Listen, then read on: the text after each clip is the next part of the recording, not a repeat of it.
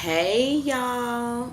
So yeah, today I'm gonna talk about these ridiculous ass challenges, which would include the most recent of which being the ice bucket challenge.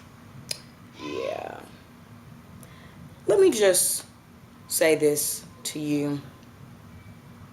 If you are participating in these challenges, you are a dumbass. First of all, the fucking fire challenge. If you are black, wow. Like, do you not know that they burned your people, your ancestors, like for no fucking reason at all whatsoever, other than the fact that they were different? And so you setting yourself on fire for fun just kind of really stabs at every single thing that anybody anywhere black has ever gone through as far as that is concerned. This stupid ass fucking pass out challenge. Look here.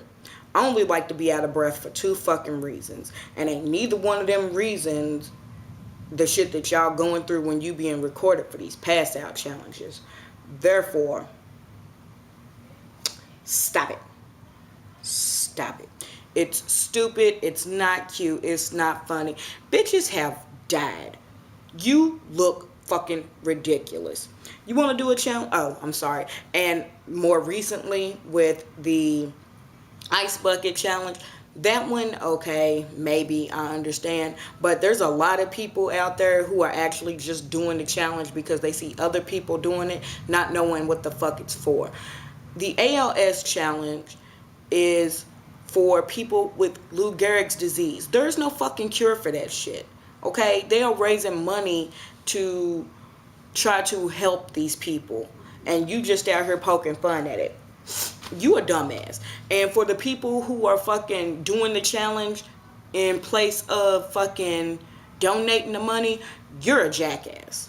You're a jackass and you're selfish. You want to really be some kind of help? Do the fucking challenge and donate the money. Don't be a bitch.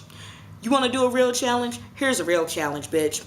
Read the book challenge. Raise your kids challenge. Make some money challenge.